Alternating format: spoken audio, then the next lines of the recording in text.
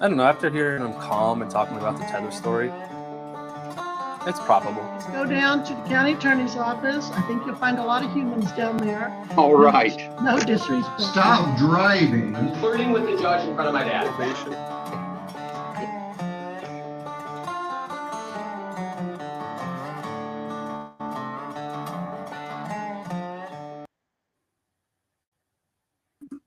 What's going on? This is Colin. How's everybody doing? Happy Monday. Got a special guest. You guys want to see a special guest? Oh, didn't mean to solo you. I'm still figuring this out. All right, there we go.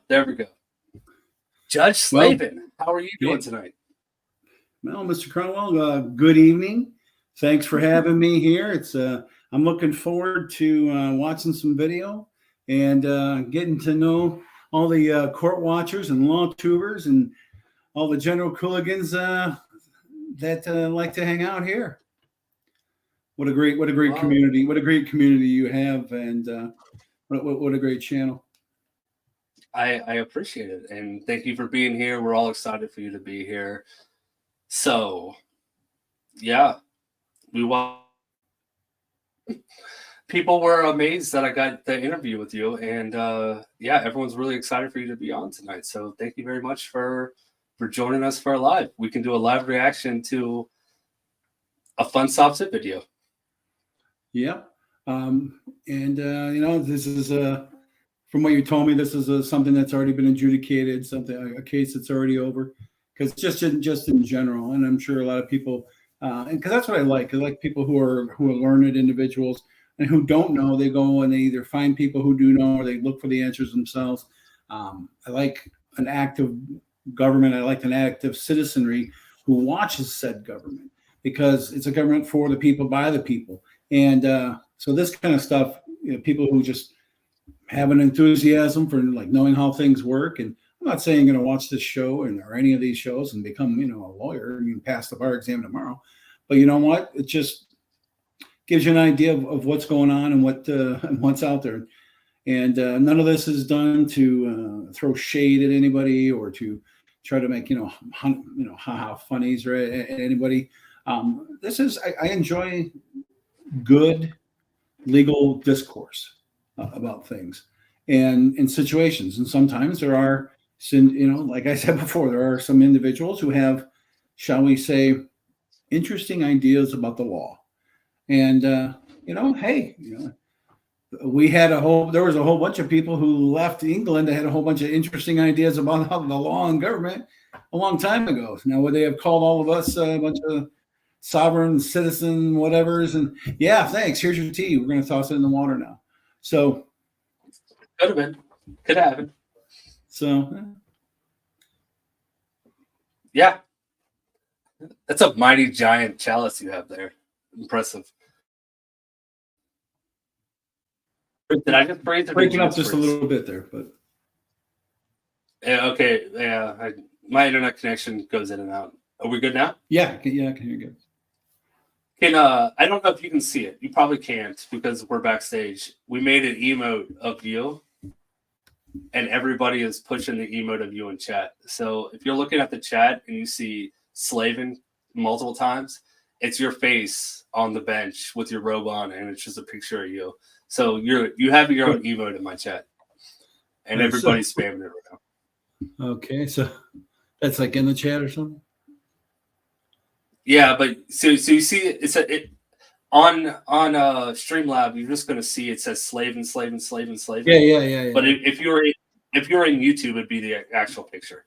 But on our side, it just says what the name of the emote is. Sure. So you're being spammed right now because people love you. People love you in this community. All right, you ready to watch a sovereign citizen video? Yeah. And yeah, this has already been adjudicated. This was a contempt hearing. It's finished. She was sentenced. It's over. So we can watch it. I did send it to you. So did you watch it? I kind of, because I've been super, super busy with a lot of different things. And my girls' high school team that I coach, bowling team, we've had a couple of matches.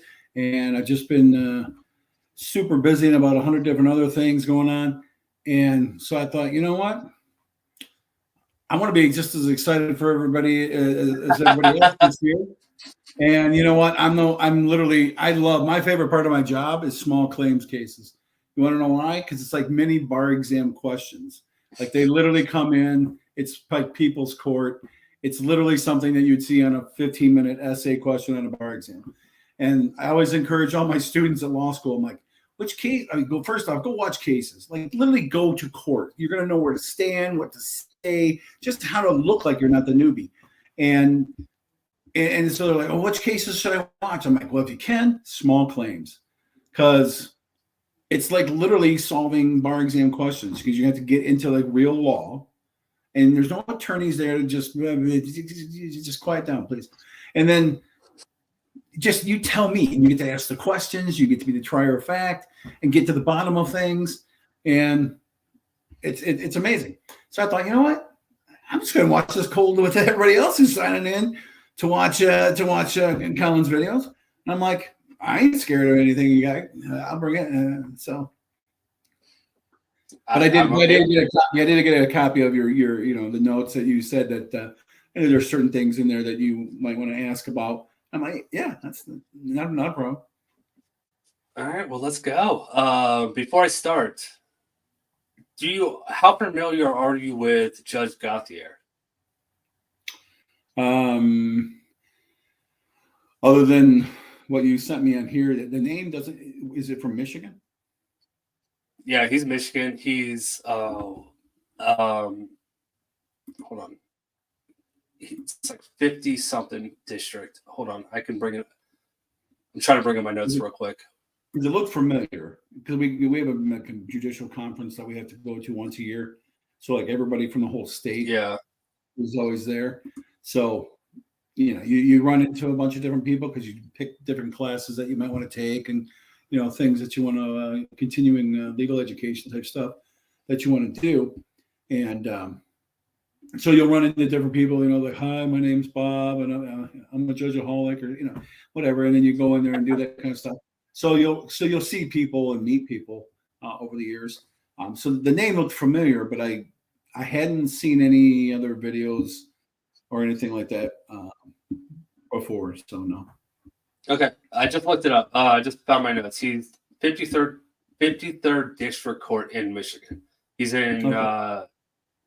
I always it starts with the CH. Charlevoix? No. How did you pronounce it? Charlevoix? I was going to say Cheboygan or something. Oh, Cheboygan? Like that. Yeah. That's up north. Cheboygan, yeah. Yeah. So that's where he's out of. Yeah. All right. Before we get started, we don't have any questions. We have Flying Monkey that says, thank you for your time, Judge Slaven. It's awesome. Thank you, Flying Monkey. Legal Fiction, thank you. You have a question. Slaven reacting to Gauthier. I thought my birthday. All right. Well, you put your finger up. What's your question? I was just looking to see if anyone had questions before we started. Sure. So first off, to everybody out there, God bless you. God bless you coming in and watching videos, joining Colin every week or every time he's out here when you can. You're welcome. And please, it's really my honor, my privilege in order to interact with just people, because that's what my job is to serve the Constitution. And the Constitution is just the paper that breathes the life into the entire community, our civilization, our United States here. And regardless if you're in Michigan or if you're somewhere else, that's what links us all together as a country. And to me, that's just amazing. I love this whole internet aspect of things, how it just broadens. Like, you don't just talk to your neighbor at the fence anymore. Now you sit here and with the rest of the hooligans, and we have this internet fence where we can all kind of lean up against and say, yeah, so, did you see this thing? So it's just cool. So thank you for having me, and you're welcome. God bless all of you. Thank you for that. All right. You ready to get into watching the video? Absolutely. Absolutely. All right, let's go. You're in the 53rd Circuit Court for the County of Cheboygan. Oh, yeah, I recognize. I'm Sheboygan. sorry. We are Sheboygan. actually in the 89th District Court. This case is an 89th District Court case. We're conducting a hearing in the Circuit Courtroom. All right. Question off the bat. How does he have two different? How does he have 53rd and 89th at the same time? Because he's like he just stated that he's using the circuit court's courtroom. Must Okay. be something like Zoom difficulty. Before Zoom, obviously we had Polycom. We still use our Polycom. So because I was about to say, I'm like, man, you got quite the sizable bench there, John. All right. I might have to move to Cheboygan and get my fishing gear and my hunting gear. And, All right, I do want to ask you a question before we get started. This comes up a lot. Sure.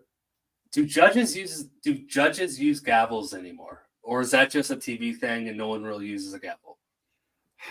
I have my gavel. My gavel was given to me by my father, and my grandfather gave him his gavel. When my father is a Mason, I'm a Mason. In 1977, when I was 7 years old, my father was the presiding worshipful master of his lodge. And on our farm, on our acreage that we have here in the city of Taylor, that my dad was born in, actually in that house, we had apple trees, cherry trees, and my grandfather took one of the cherry trees, part of the cherry tree, and made the handle of it, and then an apple wood, and he made the head of the gavel, and fashioned a gavel woodworking style. And so he gave that to my father when he became master of his lodge. My father, in 2007, became the most worshipful Grand Master of the entire state of Michigan for the Masons. And he used that gavel to preside over the entire state of Michigan with regard to the Masons. And then when I was sworn in, he said, I can't think of a gavel that's been around long enough and seen a lot of things. So hopefully there's some wisdom in it, and I'll pass it on to you. So it sits on my bench. I don't use it because I have court officers.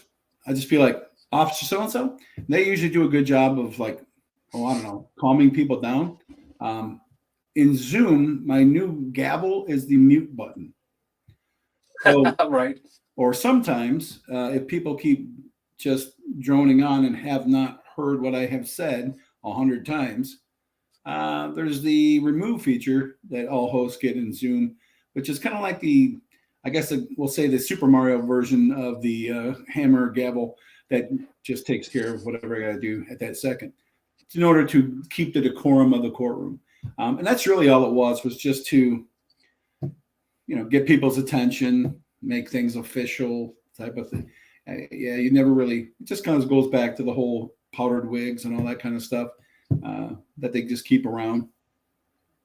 But I don't use one. I don't know. I'm trying to think of all the times I ever practiced law. I think there was one judge in the federal bench who liked to use his, but I haven't heard a judge rap a gavel in a long time. In the 2 years I've been watching court in the Law 2 community, I have not heard one gavel. So it comes up because it's a TV thing now. I don't feel like it is. Judge Millian, she's quite defective with her gavel there, right? But that's always cool because like those cases are actually real cases. They actually come to my courthouse, and they say, hey, can we look at all the filings, the public filings? And what they'll do is they'll pull a case and they'll get the information from there, and they'll call the people up and say, hey, would you guys like to have your thing litigated on people's court instead? That's how they find the cases. So they're actually they're real cases. So. All right. We've already got a couple questions rolling in, but let's get into this video before we start answering some of the questions. Sure. We're already 15 minutes. Here's the thing. This is your universe, and I'm just happy to be here. So take us away. I want to keep you here as long as I can. But I want to get through some of this video so we can talk about the video a little. For sure. Yeah, no, for sure.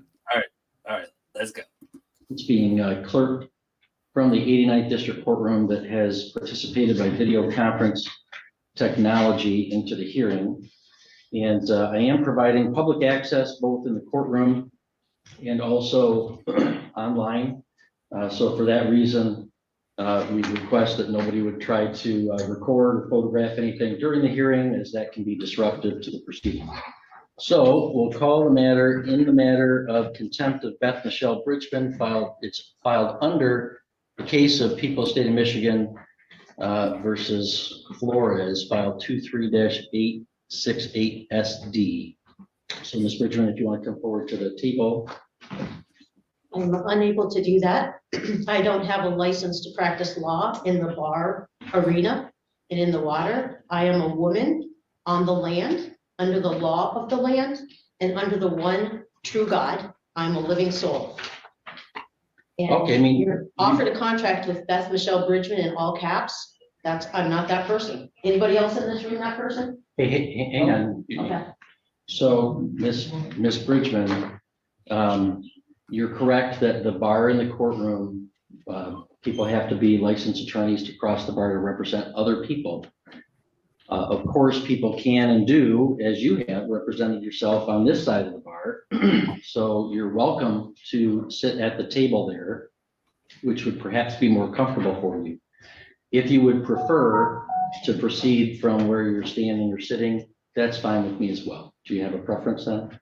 I'd like to stay right here. Okay, that's My great. honor.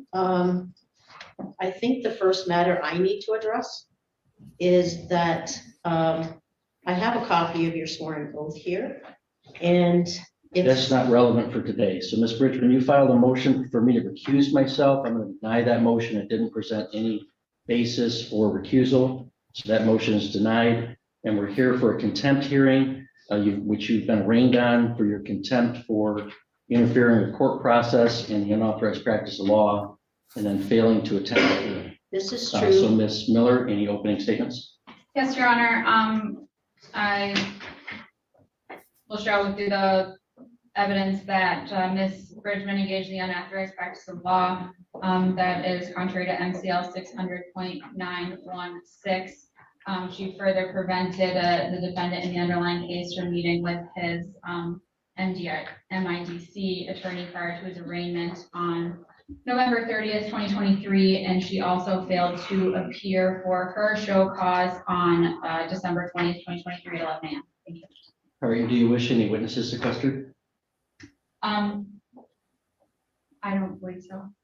Okay, Ms. Bridgman, now's the time you can make your opening statement to me, but first, do you wish to have any witnesses that will be presented sequestered, meaning that they have to leave the courtroom and be instructed to I'm not not watch even the feed? contracted with this hearing, this administrative hearing I cannot be adulterous to my own oath of office. I'm going to assume that And you're put rejecting myself my under an request for authority. sequestration orders, so no sequestration orders. So go ahead with your opening statement. Law is, must be a contract.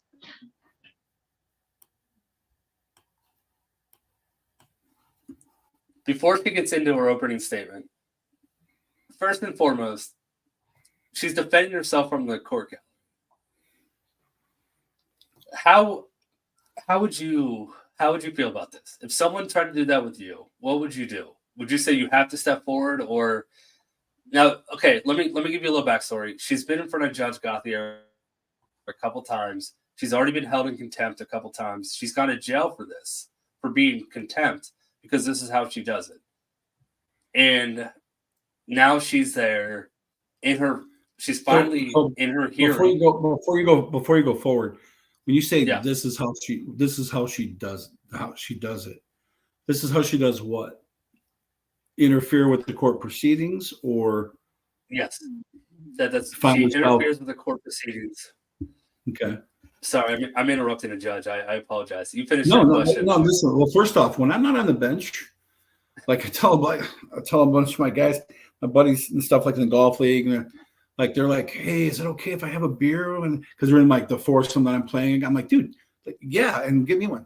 It's like, I'm just Joe. I mean, everybody else punches the clock, and that's cool. But it's like, that's the one thing about being a judge that I don't care for, is that people sometimes be like, oh no, I can't, I better not watch what I say. And I'm like, no, like, you get free speech, man. Go ahead, and it doesn't even matter, because I'm not the government now. So, Now, if you're in my house and you start talking about Michigan State or Ohio State and how they're better than Michigan, well, you have to go. But because your free speech No, doesn't work. we're UC down here. So when Michigan starts Yeah, competing there you with, go. well, when UC starts competing with Michigan, I'm glad I rephrased that. There we go. Well, Then we'll have issues. there we go. We'll have playful banter is what we'll call it. But yeah, I mean, Yes. when you get people who, so I guess are you asking me what's my feeling when someone wants to represent themselves? Do I prefer it? Or I guess what's your question? She's defending. She's representing herself, and that's her right. She's doing it from the court gallery, though. She refuses to step into what the pool, I guess, is what I don't know the technical name, but No. she's in the court gallery. The gallery. So here's And the thing: if she doesn't want to step up, okay. I have a microphone I can give you. I can give you a microphone that's a portable microphone. I have batteries I'll put in it. It's kind of no different than when you go to karaoke and they hand you that one and then you start busting some tunes out. So sure. My biggest concern that I tell the attorneys, that I tell the parties, is that I make sure that they understand where all the microphones are. Because in my court, in those dead zones, if you walk between one microphone area and another, it kind of goes like this, and then you don't know what the rest of it I just said. It just cuts right out. It makes my court recorder's job that much harder, because then she has to try to pick up and turn on a different microphone to try to hear when she's making a transcript. And for me, as long as I'm a court of record, say what you're going to say. I don't care if you want to stand in the corner. If you want to stand on one leg and stand in the corner and hop around in circles while you're talking, as long as I can pick it up on the record, good, have at it. And I'll probably make sure that that's the last case of the day, because I'm not trying to promote some sort of Barnum and Bailey circus type of thing either. But as long as you're talking and making a record, okay, have at it. And I guess I wouldn't mind. Can we talk about your courtroom for a second? Sure. Can you please tell us why this is what you look like in your courtroom? Because of the way that the chair rocks, like I'll either get see how I'm getting I get closer here. It just gives me here. There's the chair doesn't actually move; it stays on one plane. And so if you stay on that plane, it's just going to be a matter of depth, and it's going to be a matter of I'm going to become smaller. My head's going to get bigger. On that one, I'm actually changing the plane. So as I go down, it kind of dips me lower. And then as I lean forward, I get where you can see it a little bit higher. The other thing is I am required under the scheduling order that I didn't write, that I didn't need, to have my face shown on the laptop computer on my bench. Why? I don't know. Don't really know why that matters. I used to use just the Polycom and then zoom in on me, because why not? And because I kind of have a face for radio, and so I'm not really I'm more focused on the law side of things instead of putting on a show to try to hey, look at me. And so I'm just trying to comply with said order to the extent that I can. I understand. I didn't. That was a friendly jab at you. That wasn't a No. But we do call you. Sometimes we call you the Wilson effect in the law TV community, because you're literally just over the fence, hidey ho neighbor. Yeah, I was just talking about the fence a minute ago, and I literally was thinking about Wilson in my head. So see, this is what I'm talking about. Like-minded, smart people who are witty and quick-witted and intelligent, thinkers out there. So yeah. All right, so we got through her talking from the get. All right, let's keep going. Sure. In the absence of a valid contract, there is no law, period, which might be part of the problem that we have here. Now, I don't mean to interrupt you, and I'm not going to interrupt you often during your opening statement. I do want you to know that because of the way the video feed works, from where you're standing, it's not picking you up. And I assume that the audio is going to work through for the district courtroom that's clerking it. But I'm content with all the people that okay. are here All right, I'm that just reside on the land that most of us call Michigan. If that's who is bringing charges against me and there is no person injured, there's no property damage, there should be no case. So my statement is that how can I put myself in your jurisdiction, except that you could do it by force and arrest me with 4 deputies with no due process and violate my unalienable rights to try to force me into your jurisdiction?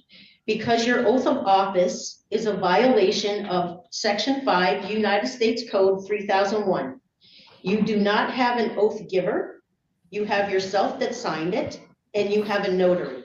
I just did an oath with the people here today, and they signed it, I signed it, and we got a couple of them notarized. That's how it should be. This is not a valid oath. I cannot stand in this court and be brought up because, in fact, you are operating or masquerading as a lawful court, but you're in fraud of the very oath that would give your court legitimacy. I have a remedy, Your Honor. I have an oath here, and if you would like to take it in the presence of the people and signed and notarized, we can move forward. Otherwise, I would be violating my very own oath of office and an oath I just took downstairs as well, to the United States of America's Constitution. All right, does that conclude your opening remarks? Well, it concludes the fact No, that I see that no, you're that's not not interested or care what the people and the truth of the lawful process of the people. I don't know if anybody else cares to say that. There's no injury and there's no property damage. I do believe I withheld Mr. Gilbert from some money he was probably banking on that day. And I believe the court operates in commerce and is here to make a profit on all of their activities. So that is my violation. The state of Michigan would hated that I blocked an attorney before Seth was arraigned. You cannot be bringing me in the hallway downstairs and charging me, and then tell me that you're the true judge of the 53rd Circuit Court when your oath is not properly even administered. I happen to know, I believe, did you take a bar association oath? I'm not answering questions. Are you done with your opening statement? I guess I don't really need to be here because this is not a legitimate court that I should be standing in. And I will not violate my own oath by submitting myself to an authority that has not done the proper oath himself. All right, Ms. Miller, your first witness. Thank you, Your Honor. The people- All right, opening statements are finished. I love that you laughed at that, though. So what do you think so far? I've got a few questions for you, but questions from the crowd. Sure. But before I get into it, just a couple of statements, just little things like when I took my oath of office, the city clerk, who actually conducted the election process for the city, she's the one who actually signs that. I signed my name in as the person who's taking it, and she's actually the officiant who signed it. So I was just like talking about the unlawful practice of law. By the way, I've actually had a case where I was a witness in a matter of, because a lot of people say, well, you seem to know a lot about the sovereign citizen type stuff.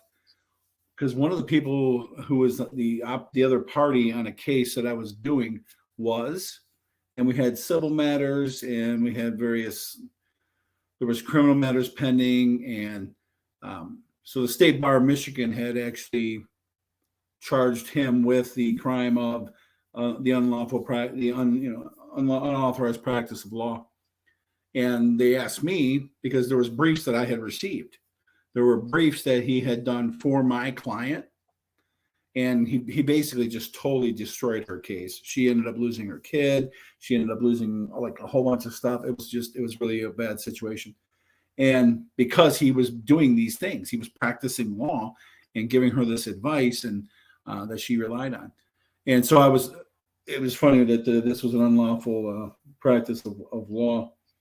But go ahead with your question. Let's see. I'm gonna go through super chats first. I got one that might be a really long one. What's your favorite SovCit story? We can save that till the end. That might be a long answer. I don't know if you have a quick answer to that. Do you even have a favorite SovCit story? I'm going to refrain from answering the question due to the fact that I don't want anyone to misperceive the story as me throwing anyone under the bus or defaming anybody. I am that guy who, like, when I studied the rules of evidence, I had a federal judge who was our professor, and he would, give all the standard, like, you use this rule to do this, and you can't do this because of this rule. And I'm that guy who says, you know what, if I take this rule and I back it up to this rule and then thread it through here, I can get this admissible like this, yes? And then he's like, hold on, what? And then I said it again, and he's like, and then other people say, hey, professor, that's a pretty good, well, how do you do that again? And so I'm that guy who like gets creative with things because I see it like as pieces that you can use and try to work with. And that's what it's supposed to be. That's what our Constitution is. We didn't have computers when the Constitution was written. We didn't have half the stuff that we have now, but our Constitution somehow keeps up with the times. Why? Because it's the essence of things. So when people come in and they have, let's just say, a creative idea, or they're like, I don't really think that this is this. I understand. I'll let you make a record, and then I'm going to tell you why it's not, or at least why I think it's not, and I'm going to rule against you because that's just how I'm going to have to rule.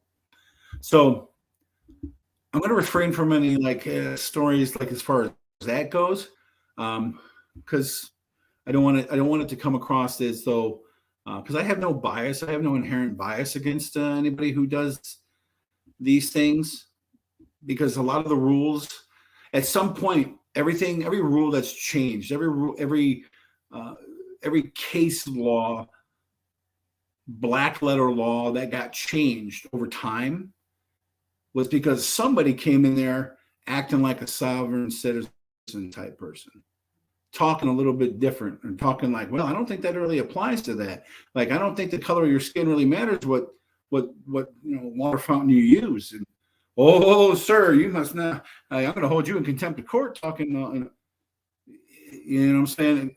If you don't poke the bear sometimes the truth doesn't actually come out. So I'll just leave that answer is right there. That's a great answer. That's a great answer. And again, you have don't answer any question you don't want to. That was a perfect answer, though. Next question. This is from my girlfriend. What's your favorite food?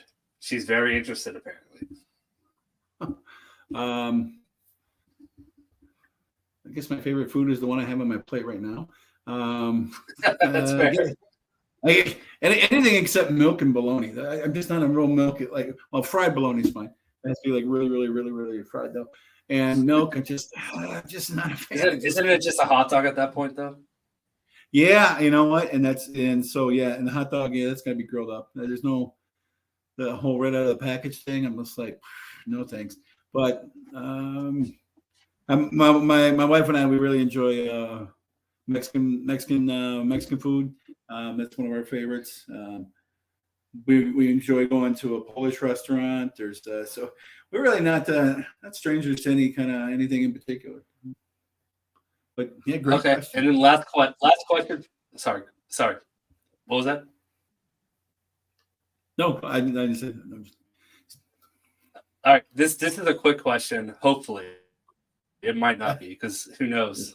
But before we move on, I've got a list of questions on my Discord server. But why do you raise your right hand? Where's the tradition behind raising your right hand in court? I'm assuming that you're raising your hand. Like, have you ever heard the phrase, listen, man, hand to God, I didn't do X, Y, and Z.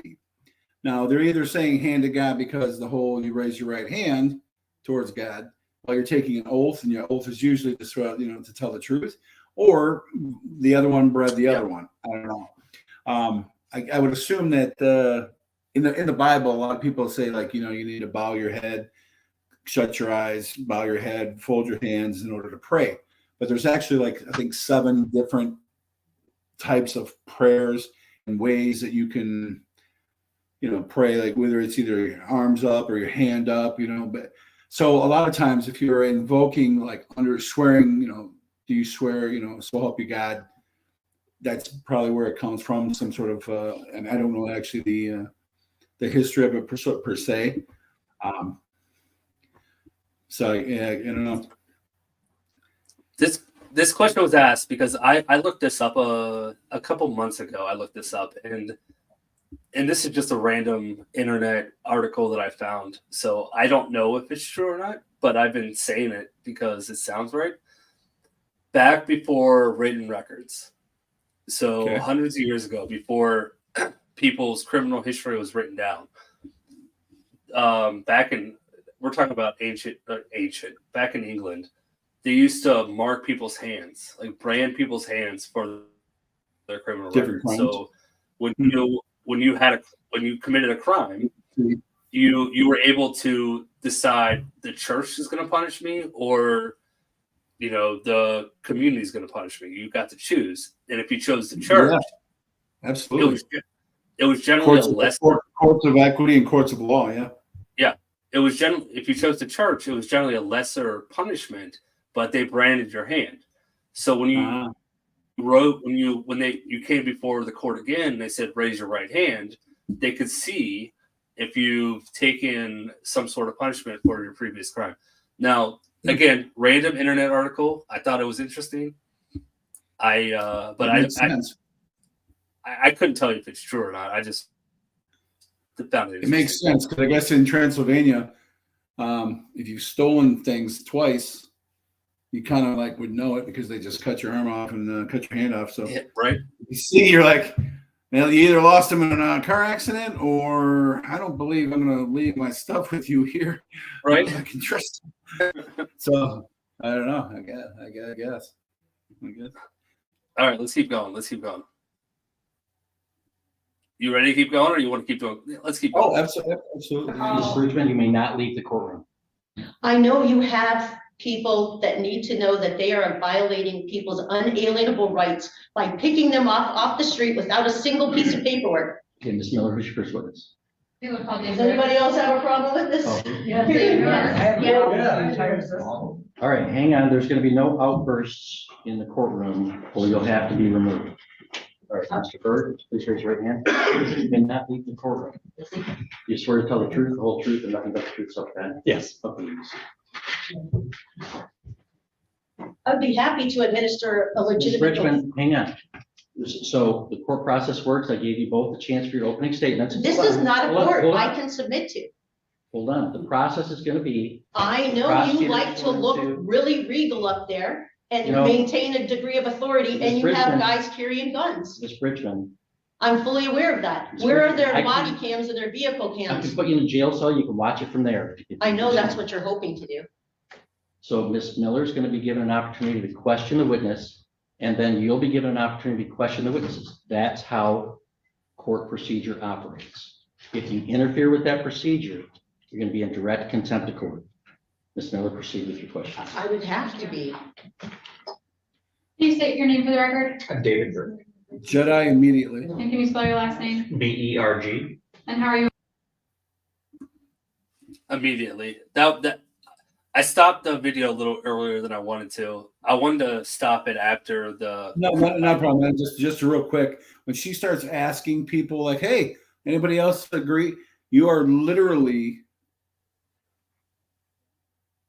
inciting discord in the courtroom, because now you're acting because everybody who's there. I mean, obviously, if hers is the only case, then you're really not interfering with anybody else's due process, the right to have their day in court. But I had a person one time, I gave her some jail time, and it was like a third violation. So I gave her 5 days. You know what? You can, 3 days. You can come in Friday, Saturday, Sunday, get out Monday morning, go back to work. A little taste. Like, come on, just do the things on the probation. And she was cool with it. She was like, "Thank you, Judge." Instead of giving 90 days, because I don't want to give somebody 90 days if I don't have to. But her daughter was in the back of the court. And as they're taking her mom away, she's like, "All right, love you, Mom." She's like, "Love you too." And then she looks at me and says, "Asshole." And then, because she's right by the door, and she goes right out the door. So, of course, I asked my court officer if you could please invite her back to the courtroom. And I said, "Listen, you're not just you don't bother me. People can call me names all they want to. I don't care. If somebody doesn't like me, okay, because you know what? My wife loves me, my kids love me, I love the rest of my family, my friends, and there's a lot of people in the community who I have great respect for, and it's mutual. So if you don't like me, all right, God bless you. Have your opinion. Don't care." But you're not going to disrupt the proceedings of everybody else who's here who have a constitutional right to have their day in court. They don't want to hear that. They don't deserve to hear your cursing and whatnot, your disruption. So I didn't hold her in contempt. I could have. I admonished her there, right then and there. So I guess as far as a funny, because it wasn't a sovereign citizen type of situation. But the funny thing is, she's like, I'm sorry. So she left. Very next morning, I was doing video arraignments, and guess who's the first person that pops up from the jail list? Her, because she went and committed a larceny at some store or somewhere. I'm like, wow, all right. I can see apples don't fall too far from some trees, I guess. I will, a little bit of background real quick. Sure. This defendant right now, the sovereign citizen, is I think she's a retired teacher. I believe she's retired, but she was a school teacher. A lot of people in the gallery are there for her, and that's why I'm not saying that's why she's in the gallery, but the few times that we get to see the gallery, she's walking around and talking to the people in the gallery. When the prosecutors, the witnesses are about to come up and be questioned, and she's not listening at all and walking around talking to the gallery. So there's a lot of things that happen in this case that are just like, how? You gotta, I mean, first off, I'd say, listen, anybody who wants to speak up, you're gonna get tossed out. You have the right to obviously view this public thing. This is, like I just stated at the beginning, because he said it, it's on live stream. You can watch it on live stream. So you're more than welcome to pull out your phone, take yourself out to the parking lot. You can watch all you want. Second, if you're going to disrupt the things, you will be held in contempt. You could possibly be held in contempt of court. And you can also be aiding and abetting a contempt of court, because a contempt of court is a misdemeanor, and you can aid and abet that. So you want to do that? I'm just going to go ahead and give you your rights now. You have the right to remain silent on anything you say. And then just to make it real right now. And then go, anything else? Anybody? Bueller? No. And then keep proceeding. I guess if you had to, I could, if she's going to keep going and walking amongst the people and things like that, if it gets to any kind of point where I think that there is a safety situation, I might say, ma'am, it's not safe for you to be walking around back there and this and that and the other. And I'm not sure if you're going to do anything to any of those people. So once you come over here, and you can stand over here and say whatever it is you want to say.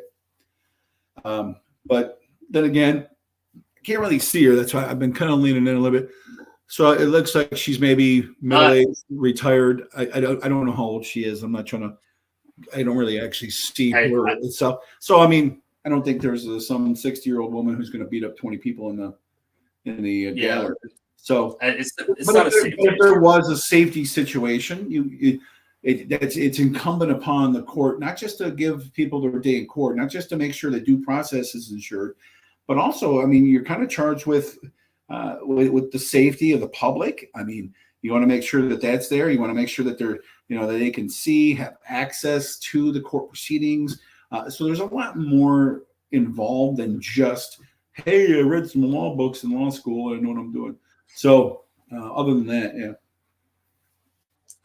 yeah. You just brought up a question. It's going to be a deep question, but we're not even 15 minutes. Yeah, into this video. I'll let you stop and pause and pull up whatever questions you want. You know the timing of this, and listen, I apologize in advance. I mean, do I like to talk? Yeah, I kind of do. I mean, but but it's only because like I love to share information. I love to share information with people because that's really your only legacy. I mean, tell people when my girls' state team, we're the state champions.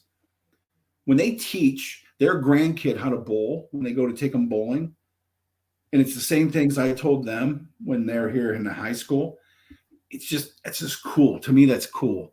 It's kind of like being one of the Essenes, like Jesus was in the Essenes, giving that oral history and just, letting people know and passing things down.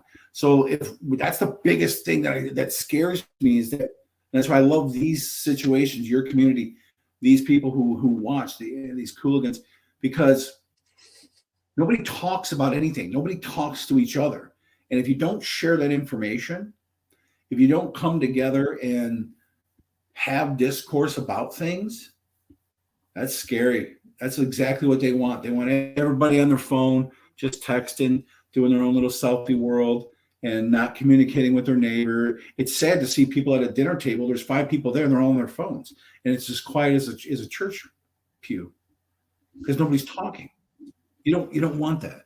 They want kids to not talk with their parents and stuff like that. And this brings people together. So for me, it's like, woohoo! It's like you can just put me in any situation where there's talking involved, and it's like pouring gasoline on the fire. I'm like, okay, what do you want to talk about? Sports, science, whatever. So I'll try to keep it short. So you know the timing you got going, and you can talk. You can talk as much as you want. We're here for you. If we don't make it through this video, that's fine. We can talk all night long. That's fine. But I am gonna play for a little bit. I have to use the restroom, so I'm gonna walk away. So I'm gonna shut my camera off. You know what? Go ahead. But yeah, we're good for. I'm making little notes anyway on what she says and things. So. All right. Let's go. I'm the IT guy. And in that capacity, are you able to see and access the surveillance footage in the building? Yes, I am. And are you able to pull portions of that video off the server? I am. And were you working that capacity on 2023? Yes. And are you aware of security footage that was pulled from the system for that date? Yes, I am. Do you know what the time frame of that security footage that was pulled was? 8 to 10. And do you know what part of the building was pulled from the system for that time frame? I believe there were about 5 camera views, mainly downstairs in front of district court in the entryway. Okay. And did you review this thumb drive prior to sitting here to testify today? Yes, I did. And does everything on this thumb drive, was that pulled from the system from November 30th? Objection, this is all hearsay. Anything that is on that video is all hearsay. It hasn't been offered into evidence yet, so hold on a second. So you were able to view everything on the thumb drive? Yes.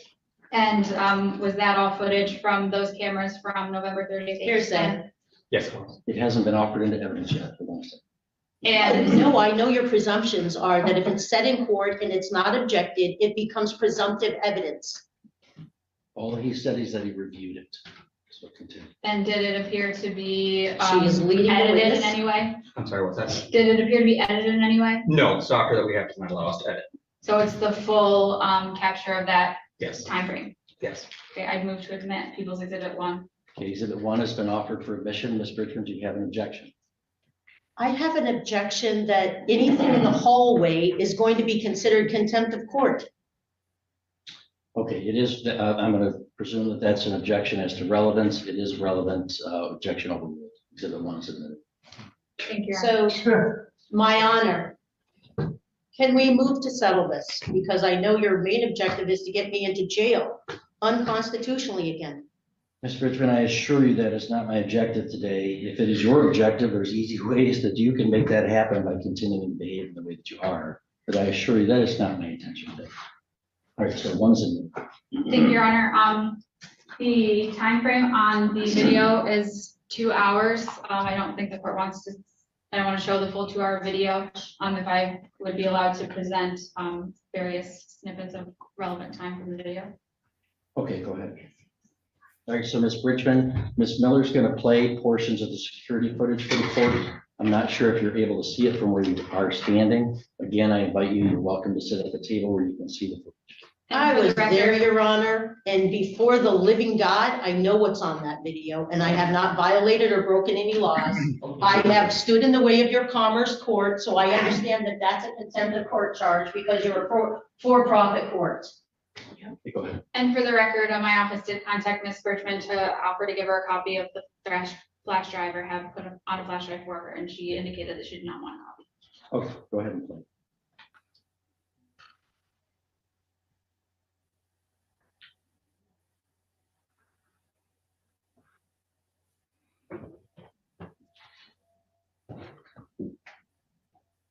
And about how long is this footage? The various clips that I show will be approximately 5 minutes.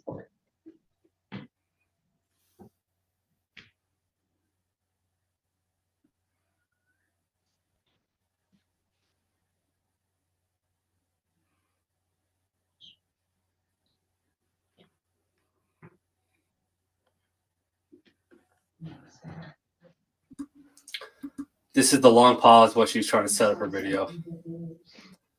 Yeah, I think it's funny because she talks about, see, if you went to law school and you really want to grind somebody, she wants to show 5 minutes of a 2-minute video. I would be like, Your Honor, I want the whole thing played. Under the rule of completeness, if you're going to show 5 minutes, you're going to show the whole thing to put it all in context. And you could get that. You could probably get that. He probably would have ruled in favor of that. I would have. Why? Just to be I'm not thorough. seeing anything. Want to make a record? Make a record. Make the record complete so you can see everything. But see, she doesn't know that because she's not actually trained as a lawyer, though. Yeah, I don't know. I've never seen her as a prosecutor. I watch a lot of court. I've never seen her as a prosecutor, so I don't know. No, I'm talking about the defendant.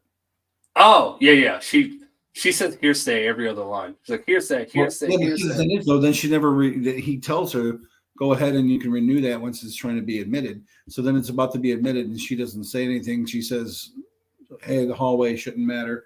He considers that to be an objection on relevance.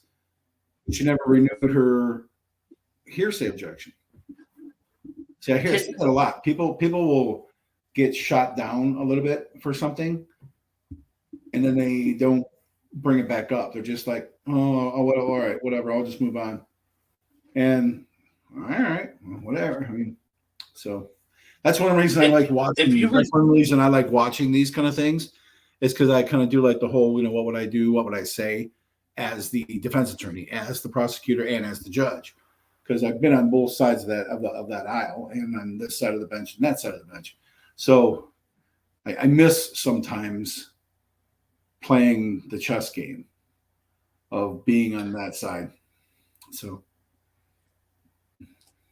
All right, I've got a question, and this might be a dumb question. I don't know. This is a question I have personally. Yeah. So you're a judge. You're a lawyer. You have to be a lawyer to be a judge.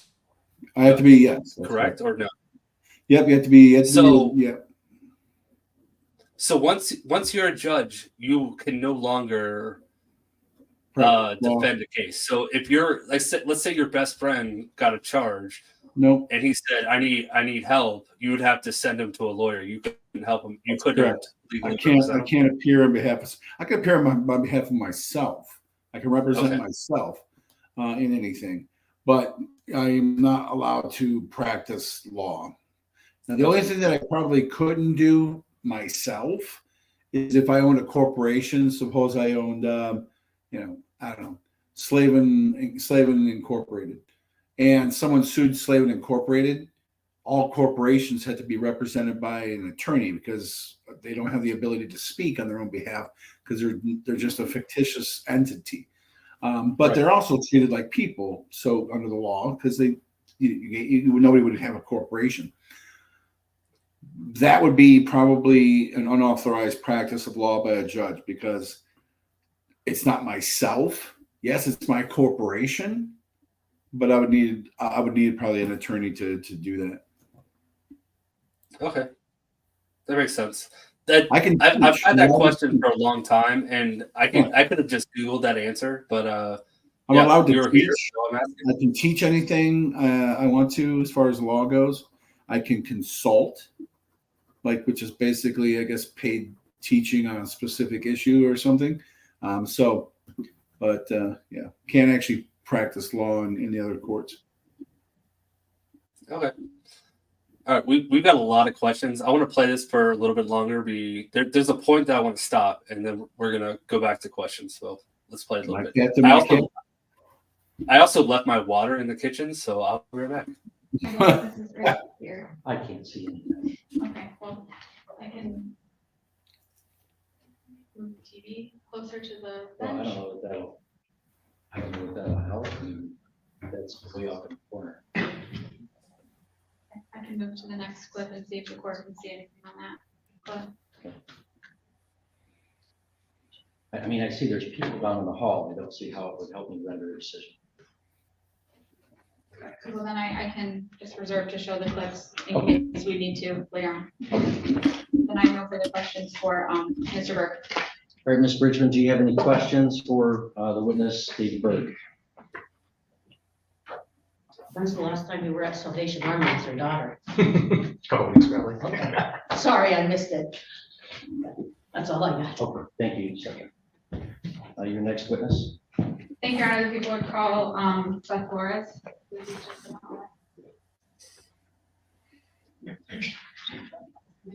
Now, Your Honor, before you call the next witness, I would love Mikey, what's up? Credit to Mikey's another law tuber. He has a big channel. What's up, Mikey? Good to see you, buddy.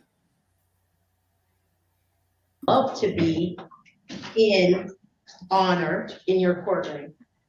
And I would ask that we would settle to save this young man. We're in the middle of it here. Mr. Flores, would you please raise your right hand? You swear to tell the truth, the whole truth, and nothing but the truth, so help you God? Yes, sir. Okay. Can you state your name for the record? Seth Flores, And can you spell your last name? Flores. Okay, thank you. And were you present in this building on November 30th, 2023? Yes, I believe so. Why did you come to the building on that day? I had a court date for an arraignment, Okay, do you remember what time you showed up at the court? I think around 10, maybe. And when you came into the building, what happened? I was thinking the same thing. Walked in, Beth approached me. Seemed like she Now, is that on the prosecutor? Yeah. Being more prepared for that video? I'm not going to say what the level of preparedness is for the prosecutor, but you just spent all that time to lay a foundation for a video that you didn't even use. Yeah, So- because you couldn't, because the judge couldn't recognize, like, I can't see who's who, so the video's Yeah, gone. you really want to vet your stuff. I mean, you better have played it quite a few times. You better have had somebody else watch it in your office and say, "Hey, this is what I want to do with this. You think this works?" I mean, yeah, but that was a good point that was made, though. Yeah, but to me, as a layperson, I see this as a pretty open and shut case. Is she trying too hard, trying to push that video in, or was that part of? I don't understand the mindset of trying to do too much. Sure. Sometimes in your mind's eye, you can see an entire case of how you think you should win. And so what I used to do is I would always try to think, all right, what's my opponent? What are they thinking? In their mind's eye, what do they think that they have to do to win this case? So then, because and that's a good point. There is no case that's open and shut. This is a criminal matter. This is criminal contempt. This is a misdemeanor, and you're looking at potential jail time. And so they're innocent until proven guilty. When the difference between, like, say, criminal contempt versus civil contempt, one of those things is that it's very near the full due process, full blown. You have to prove beyond a reasonable doubt. You have to prove willfulness of the contempt, not just inadvertentness, not just mistake, not just neglect or something like that. I mean, so you're literally having to prove beyond a reasonable doubt the elements of contempt. Like, you are purposely, willfully trying to do what you're doing here. And that is disrupt the proceedings and to do what you're doing. If you think that you're representing yourself, if you think that you're advocating your constitutional right to defend yourself in whatever the given situation is it willful? I mean, I'm willfully trying to protect myself. It's no different than I'm trying to protect myself, so I have to use a firearm.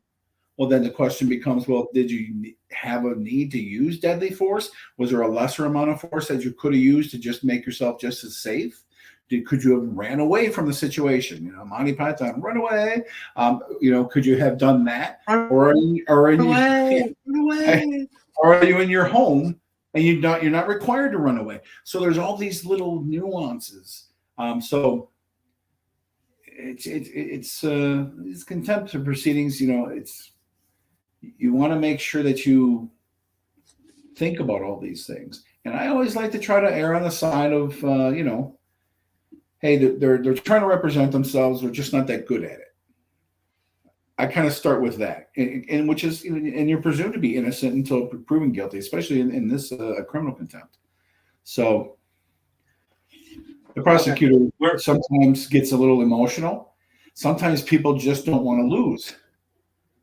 A lot of attorneys are type A personalities.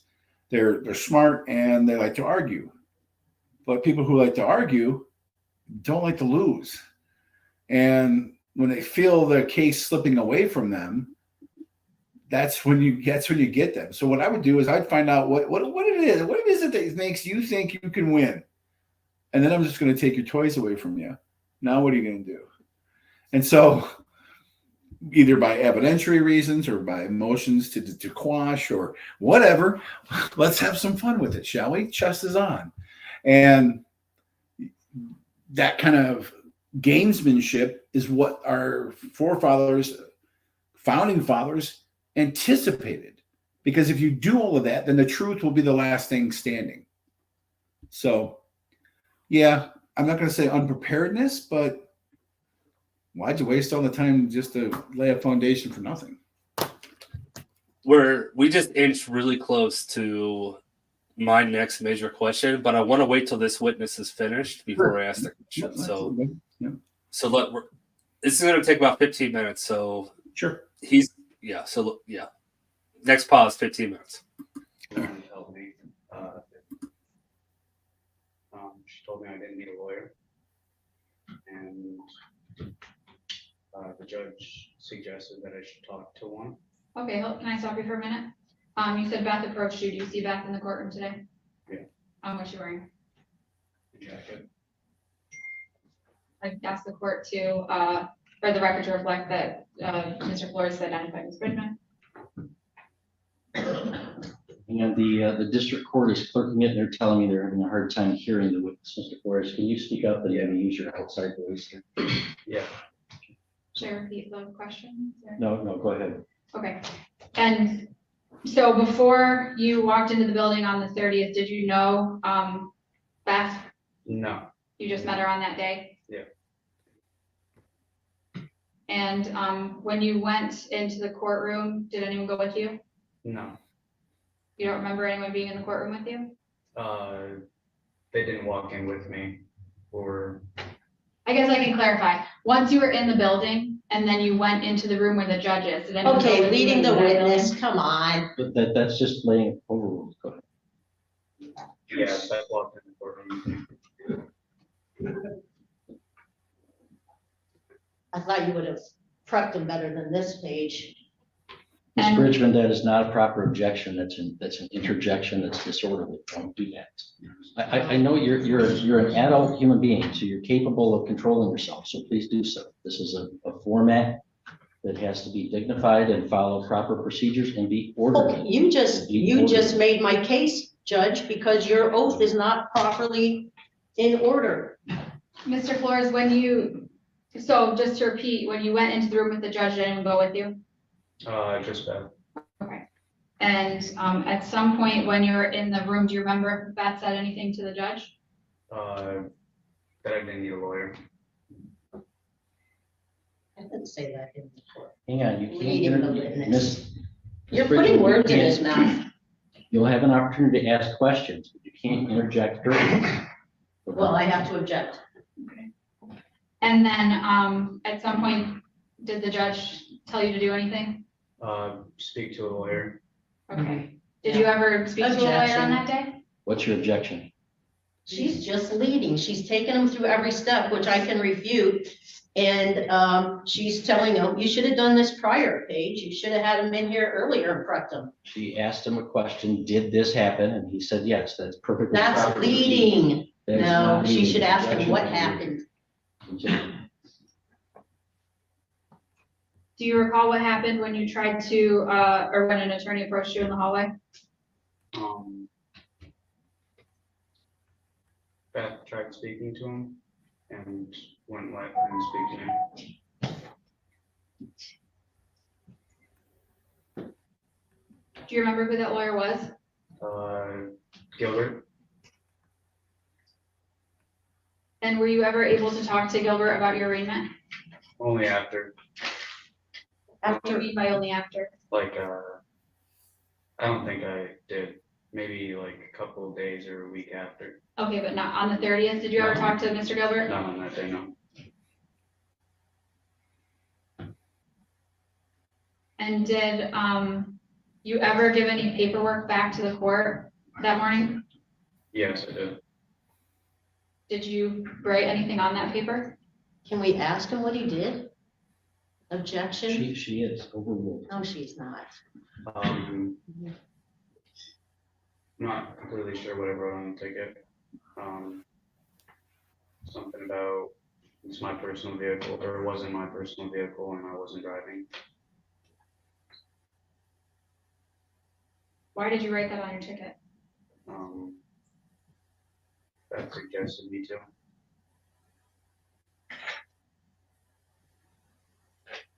And does that mean anything to you, what you wrote on the paper? Remember that one. Remember that one. I asked you that one during our interview, so I already know what your response is going to be. But that is a good point, and yeah, I could probably answer that for you. Like I said, you answered that in our interview. Not necessarily.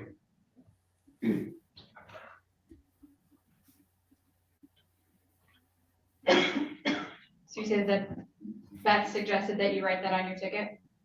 Yes. And, what did you do with the ticket after you wrote on it? I think I turned it into the civil court desk.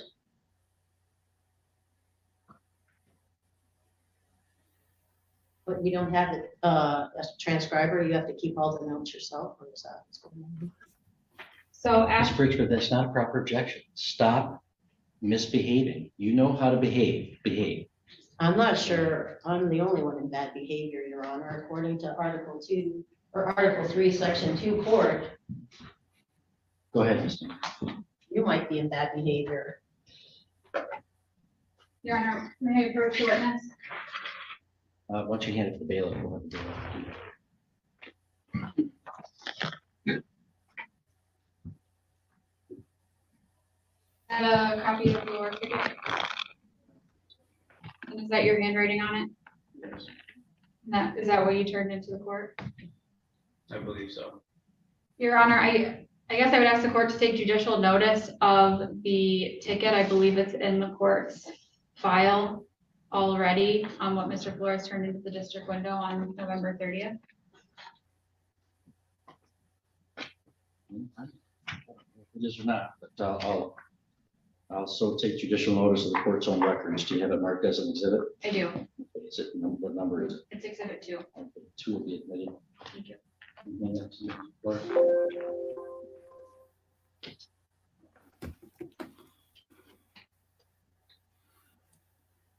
And then after you gave your ticket to the window, what did you do next? I was advised to leave. Who advised you to leave? That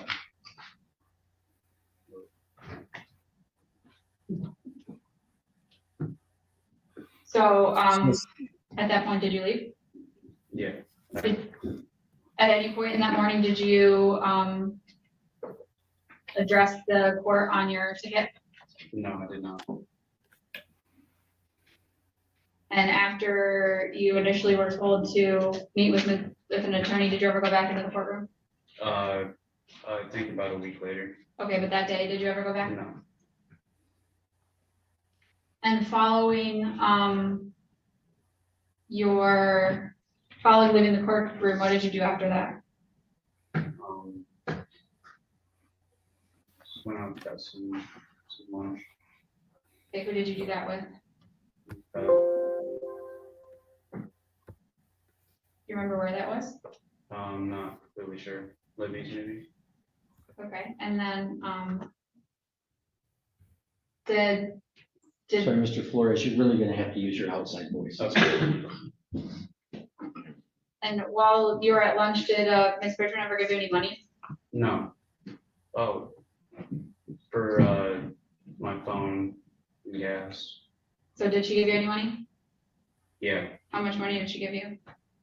$60. And what, was that $60 in cash?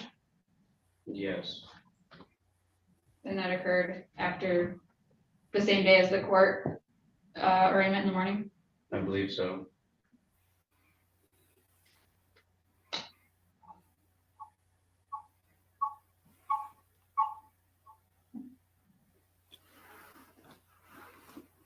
I don't have any more questions for this witness. All right, Ms. Richmond,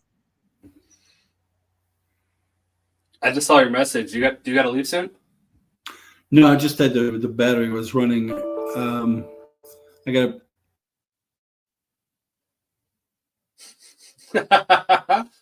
He just sent me a message saying his battery was running low. So we're probably not going to have Judge Slaven for the next 5 minutes.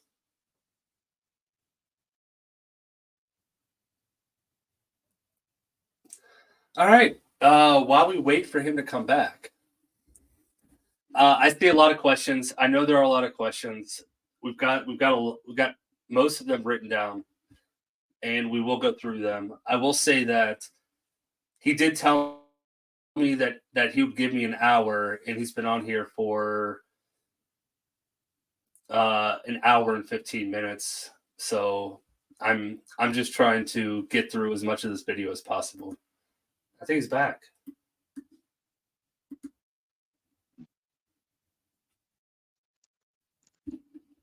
Can you see me? There. Can you hear me? I can see There and you hear you. Excellent. There you go. So hang on one second. Yeah, do your thing.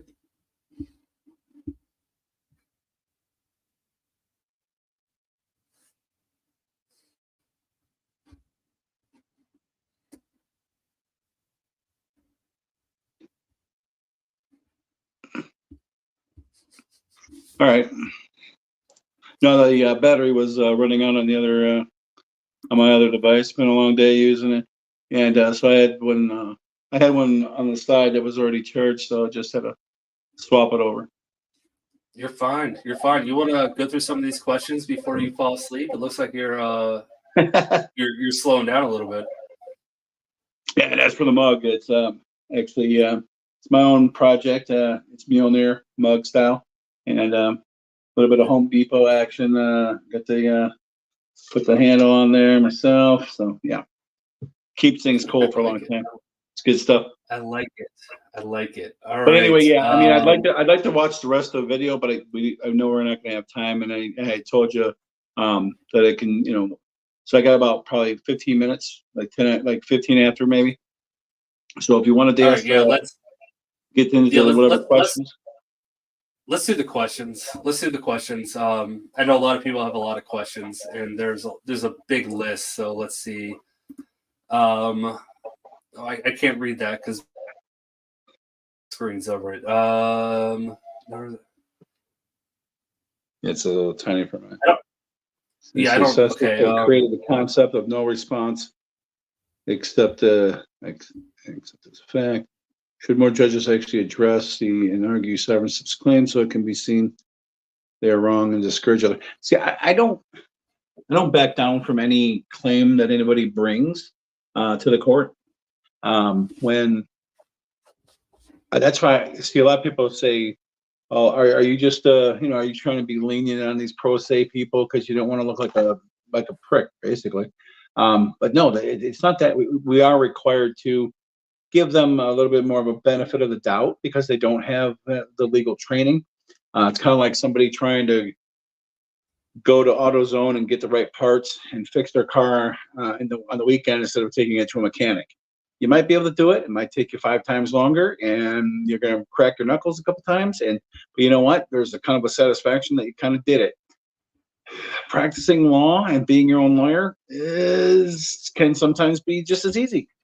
And sometimes it'd be woefully a mistake to do. So, but the thing is, you don't know, and you don't know that you don't know which situation is which. That's the biggest problem. So, one of the individuals had made a comment about, I like this judge. He's patient. He explains things. That's literally, and I agree. First off, good comment. And I try to do the same thing. Someone's going to lose when you leave my courtroom. Somebody's going to lose, or maybe there's going to be a good resolution. But for the most part, usually somebody has a claim and they're either right or wrong. I always make sure that the person who's not winning they understand exactly why they lost, or they understand why it didn't go for their win. If you just take the time to just explain it, a lot of people have left my courtroom saying, "You know what? Thanks, Judge. Kind of learned a lesson here. I mean, it cost me a little bit, but you know what? I'm better prepared for that kind of thing in the future." Hey, great. Yeah, absolutely. You know what? And it doesn't take anything to be civil to somebody else. Practicing some civility. You can't let your emotions get to you. Now, if you want to threaten me or if you want to do something like that, like physical type threats, well, it's a different story. But when you're in my courtroom, make a record. Now, if you've made your record and you're trying to make it for the 50th time, again, just restating the same thing, then we're going to move it along. Why? Because it's my job to monitor the decorum. It's my job to monitor the flow, make sure everybody's getting due process, but at the same time, making sure we're getting things done. So, that's where we're at on that. All right. Thank you for the answer. Debbie Baker, my chat loves you. Debbie Baker is one of our in-house attorneys. Oh, awesome. So, Attorney Baker? Yeah, Attorney Baker. Every time I have a legal question, I text or call her. She's my house counsel. Okay, there you go. All right. Let's see. Can you read that, or do you want me to read it too? Do you find a real reason SovCits may use my honor versus your honor? I think it doesn't matter. I don't pay any attention to that.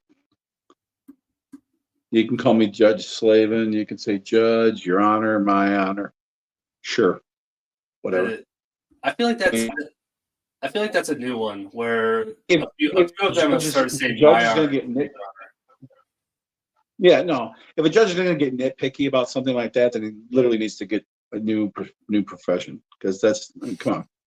That's kind of like police officers when they're doing a job and somebody's going to say,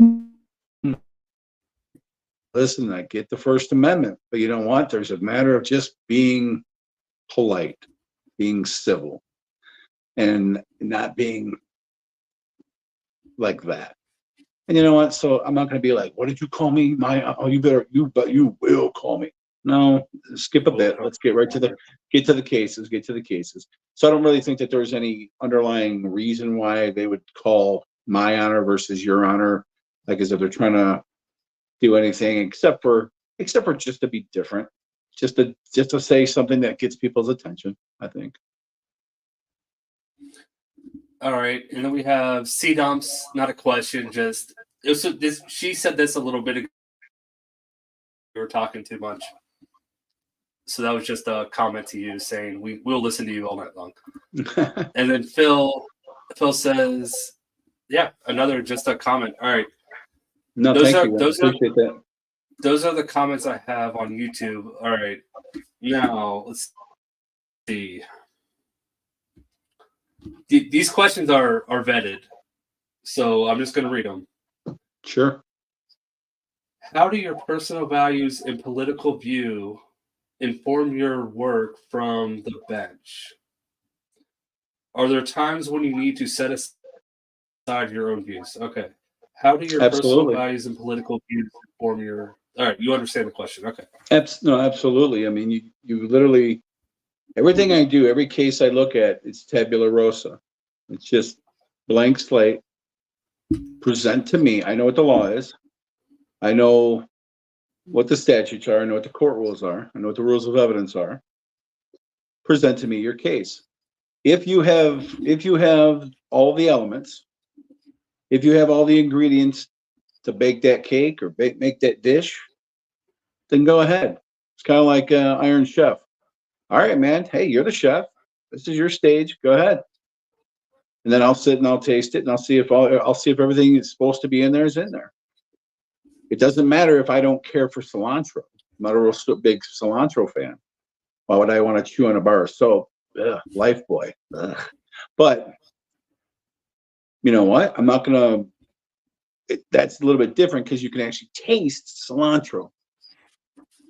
So it's got to be harder to remove your dislike for that when someone's preparing a dish that everyone else thinks is great. And you're thinking, man, this tastes like soap because of cilantro. Here, if you can't see two sides to every issue, if you can't see a side that isn't yours, again, perhaps you should find a different profession. Or just don't become a judge, be an attorney. Find clients who are like-minded and have the same sort of belief system, and man, you will find one person who will fight hard for them.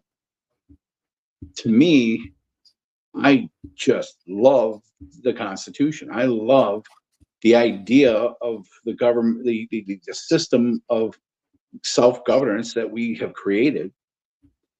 And I'm just literally not doing it a service if I put in my own 2 cents or what I think about things. Is it hard? Is there an implicit bias? Is there your own experiences, your own, thing, oh man, I've been to that restaurant. So yeah, they probably did have hair in the food, or, I know I did. That food was horrible. Then you might start talking, if it gets to be that bad, if it gets to be that close to the source, if you have a place where, someone's suing the company that screwed you over when they did your car repair, and then you're like, boy, you're in the wrong spot now, buddy. Then you should recuse yourself. If that thought crosses your mind, and if you don't immediately recuse yourself, and you should put down that I've had a bad experience with that place before, and I think it would just be improper for me to handle that case. That's why the practice of law is self-governed. That's why there is a bar there. That's why there is a judicial tenure commission. I mean, if you are an attorney who is doing the wrong thing, your buddy, the attorney who's next to you, who might be your friend, who might be the same person who graduated with you from law school, and you guys studied for the bar exam, he's supposed to report you. His ethical duty is to report you. How often does that happen? Does it happen every? It's supposed to. And if I can't at least try to live up to that,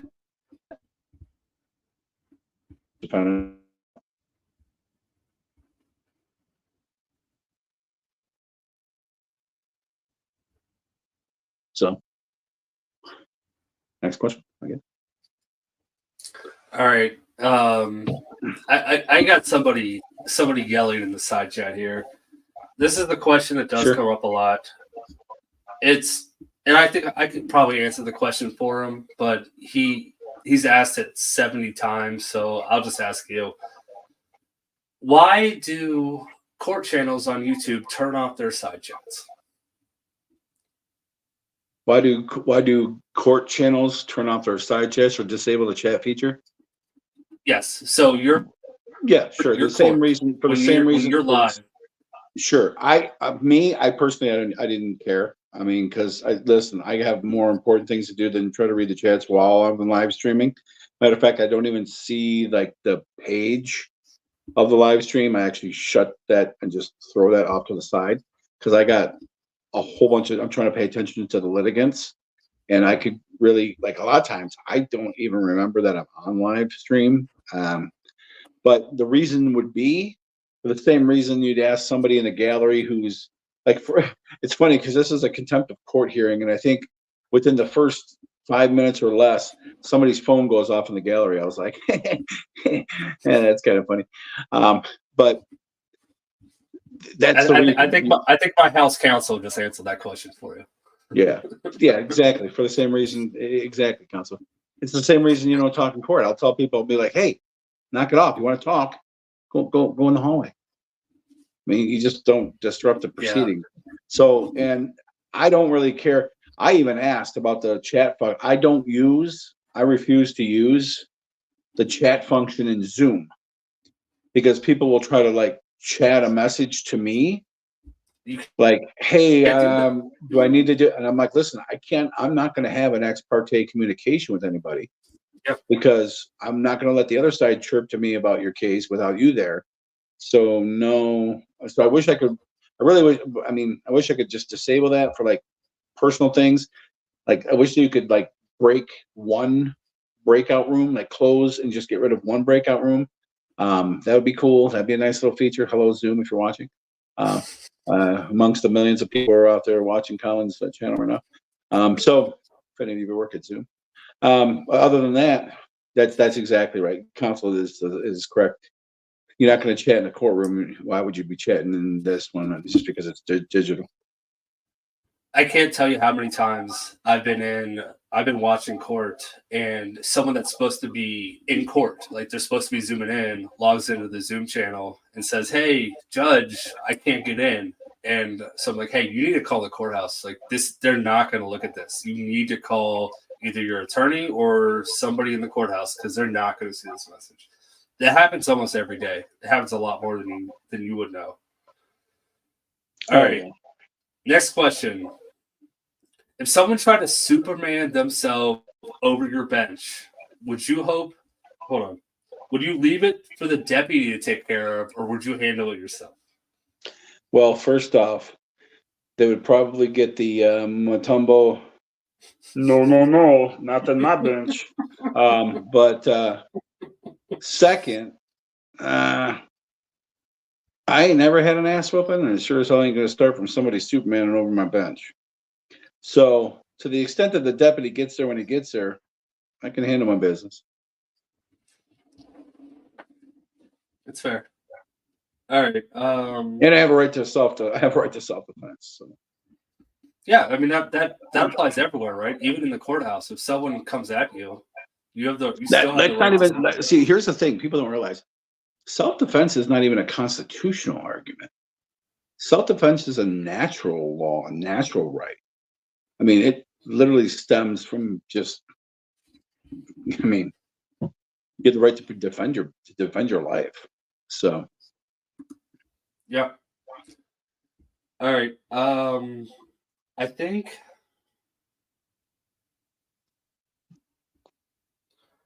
I'm gonna ask my last question, but I feel like I've gone through most of them.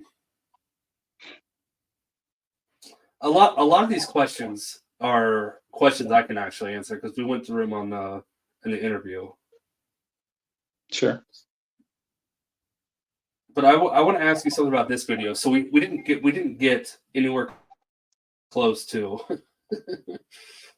Coke or Sure. Pepsi. All right, I'll No, ask you that. That's a Coke or Pepsi question. Which one are you? God, both really, because we grew up as a Pepsi family. I married a Coke family, and I love my wife. My wife Lisa, if you're watching, what she is. Yeah, I'm gonna go with Coke. But that There you go. depends. I mean, All right. you know what? Coke at McDonald's, Coke and a Slurpee for sure. Pepsi, if you're on the Boblo boat, much love to the Boblo boat that's no longer around. Man, that was like ridiculously good. So it just depends on where you were at, but yeah. All right. So my last question. We didn't get to it in this case. Sure. So real quick, she's found guilty. She gets, I think, 45 days in jail. Okay. But the underlying issue is she showed up to the courthouse, told this kid that they're questioning now that he doesn't need an attorney. This kid walked in front of a judge. The judge said, "Go outside, talk to the public defender," and because he was charged with a misdemeanor. I actually don't remember what the underlying charge is. He was a passenger in a car. He was underage. He was not a minor, but he's underage. They had alcohol in the car. I think it might have just been something. I don't know. I honestly don't know. But Right. so she overheard this, and when he was outside waiting for the public defender to come out and talk to him, she walked up to him and said, "You don't need an attorney. Cut this ticket up. Tell him that started spilling the SovCit stuff." And he actually left the court. He's like, "Okay, I'm gonna do what she says." And so he did it, and he left by his ear a week later and forced him to talk to the public defender. When that story came out, that's when these charges came up against this woman. Now, my question is, what is the difference between what she's being held for, which is,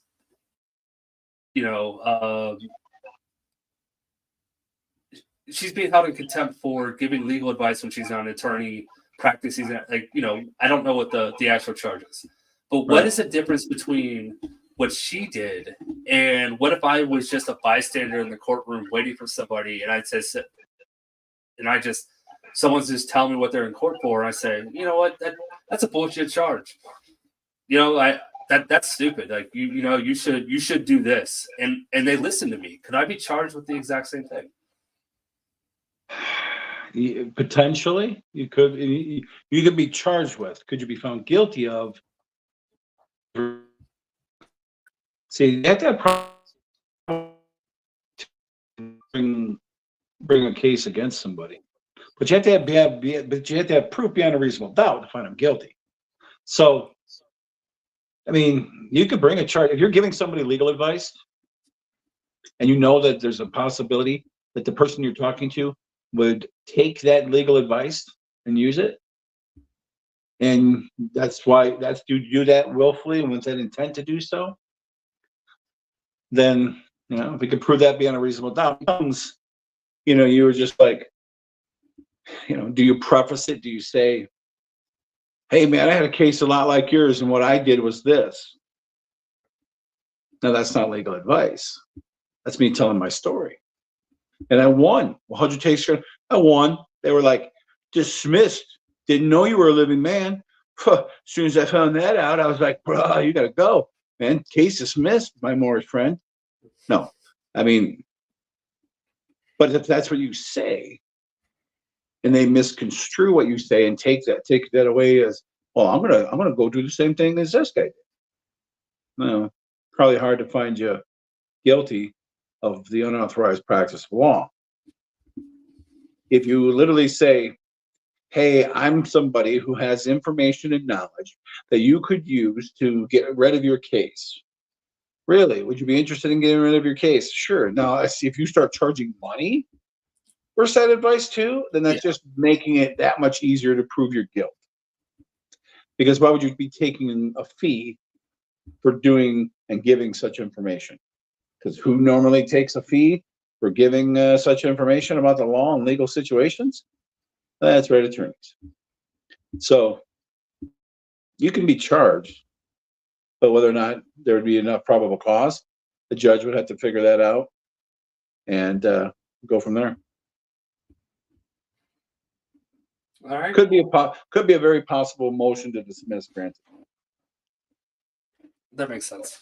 That was my question when watching this case. That was my question the entire time is, you know, how many times are you just talking to your buddy and you're like, oh, well, especially like someone like the LawTube community that watches a lot of court. And if one of our friends just comes to us and says, hey, I just got charged with this, I'm like, oh, I just saw that case. This is what that guy did. Is that technically legal advice? I'm not giving you any legal advice because I'm not allowed to practice law. Yeah, don't trap yourself. In a hypothetical situation where somebody just basically relates to somebody else what happened in their case. I had a case with the same sort of thing, and I did X, Y, and Z, and it worked out pretty good for me. That's no different than telling them that's like saying you should be charged with the unauthorized practice of medicine because I said, man, you know what, my back was hurting. I started taking these new fangled multivitamin something or other that I seen on TV, and man, I felt great. Okay, maybe it was a placebo. Maybe you just tricked yourself into it, you know, whatever. Or maybe your body was deficient because you have some weird deficiency that nobody else does, and that fixed you right up. Does that mean you're practicing medicine because you told somebody else about it? No. Well, that was my last question. All right. I know you got to go. It's been an hour and a half, and I told you an hour. You don't have to stick around any longer. No, you know what? And I am going to go ahead and go because I want to spend some wind down time with my lovely bride, and so I will bid you all adieu. I saw that there was a comment that said, "Hey, would I be interested in coming back anytime?" Like I said, I'm super busy right now. With a lot of other extracurriculars and things that I do outside of also the law, the judicial profession. But I wouldn't mind finishing this video just to see. But then you you gave a good synopsis of what the rest of it was. So if you want to do something, yeah. And as far as jail time, I mean, even the jail time, I mean, the statute's very specific. I mean, contempt of court. I even tell people. As a matter of fact, I just read somebody the rights in court the other day because they were doing the whole like mouth and back and trying to be. And I said, look, man, I'm just telling you, contempt of court. It's a misdemeanor. It's a revised judicature statute, 600.1715. It's a misdemeanor punishable by up to 93 days in jail and $7,500. And or both. I mean, so just saying, you can keep doing what you're doing, but I'm going to go ahead and tell you right now what's up. And you know, so there's all kinds of cases. There's these kinds of cases. There's you name it. So and I teach everything that's on the bar exam. So I'm pretty game for talking about whatever. I like information gathering and I like information sharing. And so, because this is a good mix. I like watching other things because, you know, I'm like, oh, that's a nice question. Like, for example, she's asking all the questions, you know, do you do the video? Did you watch all the video? Were you able to pull up all the video? She didn't ask if you had edited or did anything to alter the video. I would have preferred that she had also done that. Like when you're laying a foundation. So I'm watching the things. Why? Because I have a bunch of different attorneys and different attorneys might have their own way of doing things. So I want to make sure, you know what, if I get a chance to hear other people lay a foundation for something, okay, that's cool. I mean, I know how to do it. I know what I would want, but I'm like, oh, I never thought about that question, or, oh, that's a good way to say that. So like these kind of things for me, it's, you know, it's fun. And so anytime, so much gratitude. It's been a pleasure being here, being part of this law tube, who are seeking nothing but incredible judicial systems for our country. That's awesome. So I bid all of you a good evening. Thank you to Colin.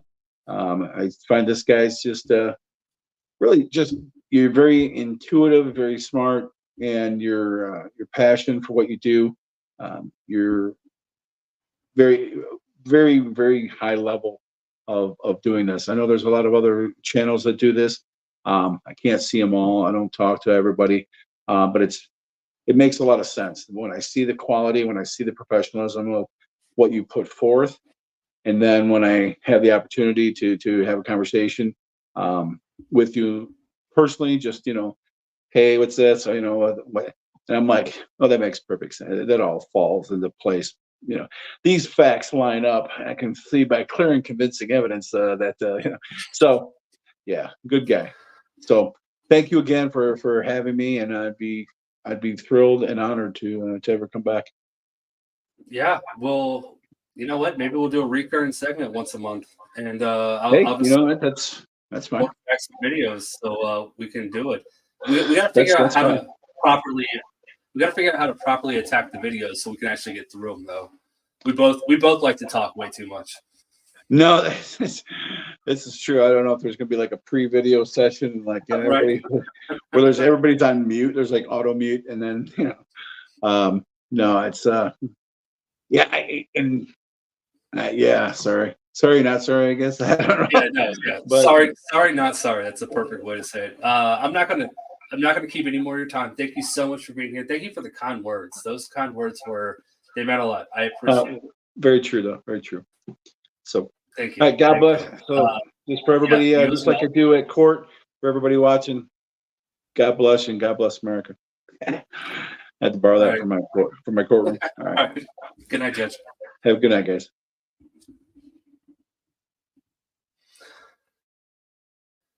Oh, all right. So that happened. Now, what do you guys want to do? This is an old video. Do you guys want me to play it through? I feel like most people have seen this video.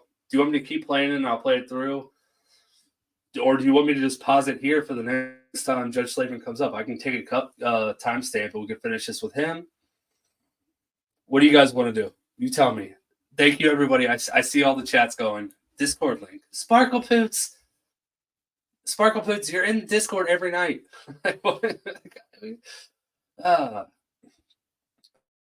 All right, so yeah. Thank you, Jonathan. Oh, did you not get your question asked? I'm so sorry. I've been looking for you all night. I haven't seen you. Sorry, man. We saw you at the very beginning and then you disappeared. I haven't seen you all night. But what's your question? I'll answer it for you. What is your question? But what are we thinking? His question is on the community. Oh, he put his question on the community page. You just got done working. You turned all your notifications on to watch this tonight, and then you didn't even take off work. I didn't think you did work, so I'm actually proud of you. All right. Yeah, I am. This was a good night. I am very happy right now, so I am smiling, and you get to see me on camera. And my internet connection was shaky at a few times. I noticed it shaking a couple times, but for the most part, it kept up. So maybe I'll jump back on video more often. But that's why I haven't been on videos. Just my internet's been really poor lately. But yeah, you know what? I agree. Discord party. Let's jump to Discord. We'll timestamp this. And we will jump to Discord. And the next time Judge Slaven pops up, we'll just finish this. This is a good video. I like that.